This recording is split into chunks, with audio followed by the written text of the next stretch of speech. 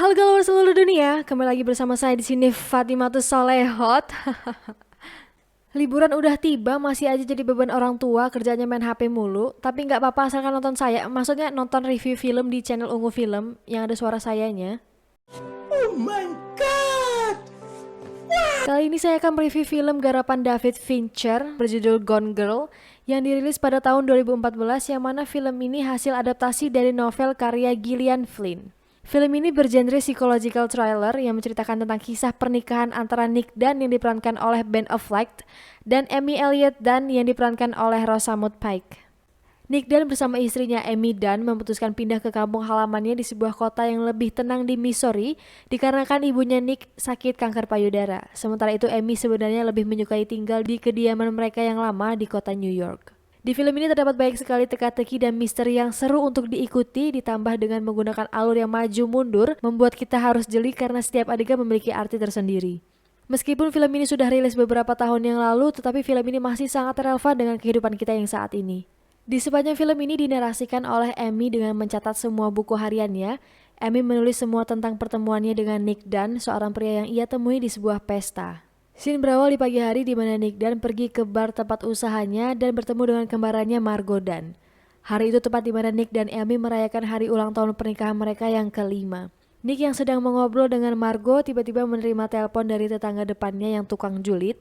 Ternyata pada saat sampai di rumah, terlihat empus yang sudah berada di luar dengan pintu rumah yang terbuka. Nick melihat sekitar rumah, tetapi ketika ia menuju ruang tamu, Nick melihat meja kaca yang sudah terbalik dengan kaca yang pecah hancur berkeping-keping seperti harapanmu untuk mendapatkannya. Amy tiba-tiba menghilang secara misterius tanpa ada jejak sedikit pun. Nick yang kebingungan melaporkan kejadian itu ke polisi untuk dilakukan sebuah investigasi. Kemudian detektif Ronda mulai menyusuri seluruh isi rumah hingga akhirnya ia menemukan sebuah noda darah yang mencurigai Nick telah membunuh sang istri. Detektif Ronda yang memimpin investigasi tersebut menyadari bahwa istrinya Nick Dunn adalah seorang seleb yaitu Amazing Amy, yang mana detektif Ronda sangat ngefans berat dengannya. Saat di kantor polisi, Nick diinterogasi oleh detektif Ronda, tetapi ia menunjukkan sikap yang seolah dia tidak mengenal sang istri.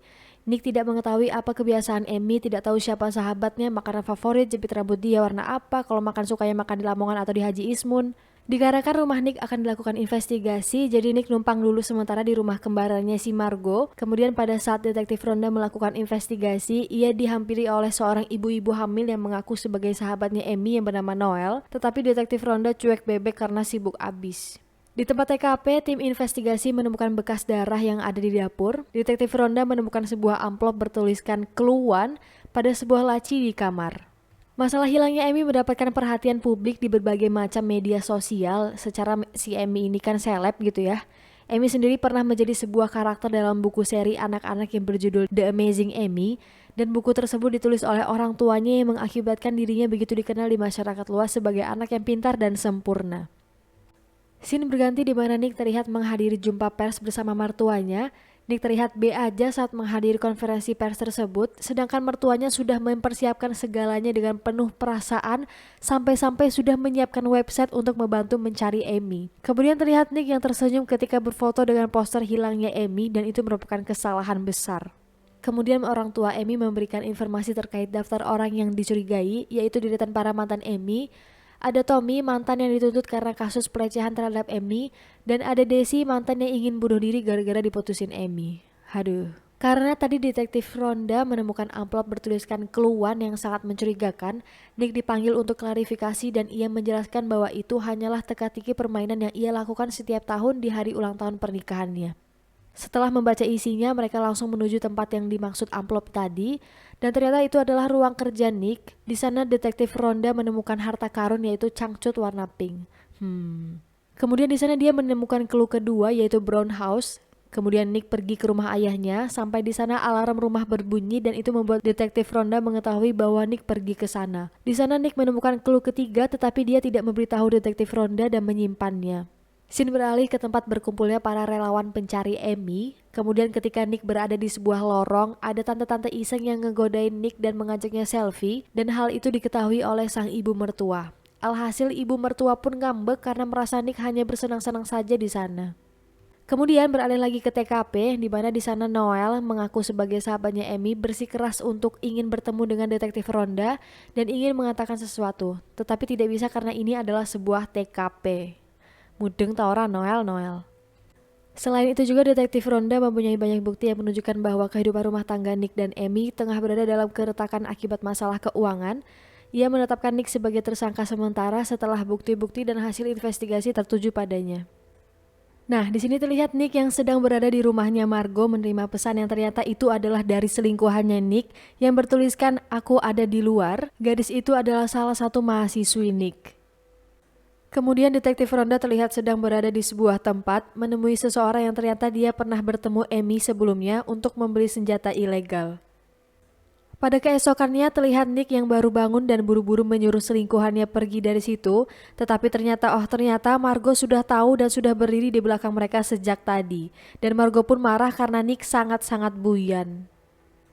Sementara itu di kantor polisi terlihat detektif Ronda melihat bukti lain yakni bekas tumpahan darah yang telah dihapus di lantai dapur. Kemudian pada malam harinya Nick dan mertuanya kembali menghadiri acara kumpul bersama dengan para sukarelawan dan mereka semua dikejutkan oleh Noel karena Noel mengatakan bahwa Amy sedang hamil dan mengandung anaknya Nick. Nick yang syok berat akhirnya kabur menuju rumahnya. Di rumahnya, detektif Ronda memeriksa foto bukti bahwa Noel adalah sahabatnya Amy, tetapi Nick tidak tahu menahu soal itu. Detektif Ronda memberitahu sederet fakta yang mendukung bahwa Nick bersalah, hingga akhirnya detektif Ronda menerima telepon dan dikasih info bahwa Amy memang benar hamil. Nick marah dan membanting gelas, kemudian Nick tidak ingin berbicara lagi dengan detektif Ronda tanpa adanya pengacara. Di sini Nick menjelaskan kepada Margo bahwa sebenarnya Amy lah yang tidak menginginkan anak. Kemudian scene berganti di mana detektif Ronda sedang menyelidiki rumah ayahnya Nick. Di sana dia menemukan buku diari Amy yang sudah setengah terbakar. Detektif Ronda kemudian memeriksa buku diari tersebut. Sementara Nick teringat lagi dengan clue ketiga, ia mencoba memecahkan teka-teki itu dan akhirnya menemukan sebuah jawaban yaitu Wood Store dan langsung bergegas menuju gudang yang ada di rumahnya Margo.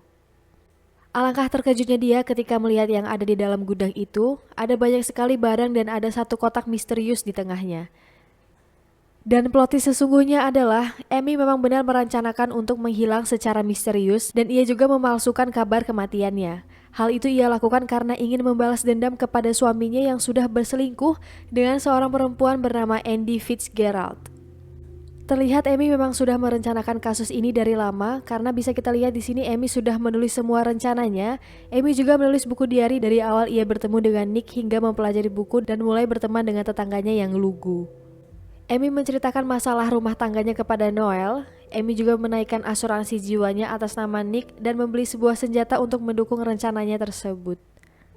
Amy juga memalsukan kehamilannya dengan merusak toiletnya dan membuat Noel buang air di toiletnya untuk kemudian diambil urinnya. Kemudian di sini Amy terlihat mulai beraksi, ia mengatur ruangan agar terlihat seperti telah terjadi sesuatu. Amy juga mengambil darahnya untuk kemudian ditumpahkan ke lantai supaya terlihat lebih meyakinkan dan Amy juga menaruh semua barang yang ia beli di gudang penyimpanan Margo. Amy kini bersembunyi di sebuah tempat yang jauh dari rumahnya dan ia pun mengubah penampilannya menjadi berbeda. Amy memotong rambutnya dan mewarnai ulang rambutnya. Amy sampai rela memukul wajahnya dengan palu agar terlihat seperti korban kekerasan. Kemudian di sini yang berbeda, Nick memanggil Margo dan menunjukkannya semua barang yang ada di gudang tadi dan membuka salah satu kotak yang ada, yang mana kotak tersebut berisikan boneka kayu. Nick akhirnya menyewa seorang pengacara kondang sekelas Hotman Paris yaitu Tanner Bolt untuk membantunya melalui proses hukum.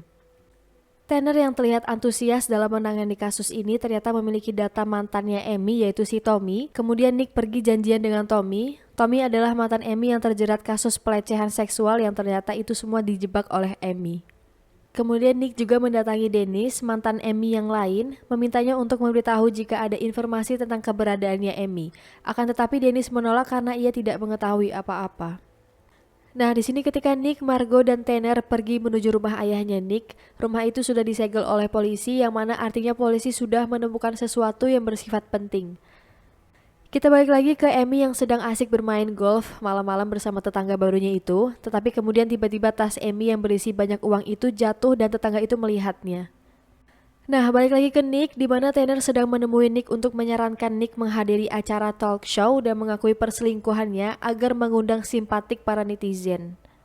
Balik lagi ke Amy yang terlihat panik karena kejadian semalam, ia cepat-cepat membersihkan ruangannya untuk segera pulang, tetapi tiba-tiba tetangganya datang dan langsung mengambil semua uang milik Amy lalu bergegas pergi. Amy yang sudah bokeh abis mau tidak mau menghubungi mantannya lagi yaitu si Desi untuk meminta pertolongan. Kemudian di sini terlihat Nick yang akan menghadiri acara talk show, dilatih tenor untuk berbicara senatural mungkin. Di acara talk show itu Nick kemudian meminta maaf karena gagal menjadi seorang suami, dan di acara tersebut juga ia meyakinkan bahwa dirinya bukanlah seorang pembunuh. Amy yang terlihat sedang menunggu Desi itu pun akhirnya bertemu, tapi dia melihat berita di mana selingkuhannya Nick, si Andy, melakukan jumpa pers untuk mengakui perselingkuhan mereka di depan media massa yang hadir. Desi kemudian membawa Amy untuk tinggal sementara di kediamannya. Di tempat itu, Amy tak sengaja menonton acara talk show yang memperlihatkan suaminya yang sedang meminta maaf tadi. Di sini terlihat Margot yang ditahan karena sudah menyembunyikan barang bukti. Kemudian di kantor polisi, detektif Ronda menyodorkan Nick sebuah buku diari yang dituliskan oleh Amy dan sebuah tongkat kayu yang ada bekas darahnya. Dan akhirnya Nick pun ditangkap atas tuduhan pembunuhan terhadap Amy. Amy pun merubah rencananya karena merasa iba terhadap Nick. Ia mulai menyusun rencana agar seolah-olah mantannya itu terlihat sebagai orang yang memang menculik serta memperkosanya. Ia merayunya untuk berhubungan intim dan kemudian membunuhnya di atas kasur. Setelah rencananya itu berhasil, Amy pulang kembali ke rumahnya dengan berlumuran darah di sekujur tubuh untuk menemui sang suami. Kedatangannya membuat heboh semua wartawan yang sedang berada di kediaman Nick. Akibat hal tersebut, Nick tidak dicurigai lagi sebagai tersangka dan ia lepas dari tuduhan sebagai pembunuh. Saat di rumah sakit, Amy pun diwawancarai oleh para polisi. Saat itu Amy ditanyai soal kronologis kejadian bagaimana Amy bisa diculik oleh Desi. Tetapi pada saat Amy menceritakan kronologinya, detektif Ronda merasa ada yang ganjal dan menanyakannya kepada Amy. Tetapi Amy tidak mau menjawab dan ia dipersilahkan untuk pulang. Nah, sesampainya di rumah, Amy memberitahu kepada Nick yang sebenarnya bahwa ia telah membunuh Desi. Amy menginginkan Nick tetap menjadi suaminya setelah melihat dirinya meminta maaf di acara televisi. Meskipun Nick ingin berpisah, ia mengajak sang suami untuk melakukan jumpa pers dan mengumumkan kepada publik bahwa dirinya sedang hamil dan tengah mengharapkan seorang anak. Tamat, ending yang sangat psikopat. Hikmah yang bisa kita ambil dari film ini adalah gunakan komunikasi yang baik kepada pasangan apabila ada masalah. Jangan menggaslighting pasangan apalagi jadi kayak si Amy. Dan jangan lupa untuk lebih produktif lagi selama liburan. Jangan rebahan mulu lu.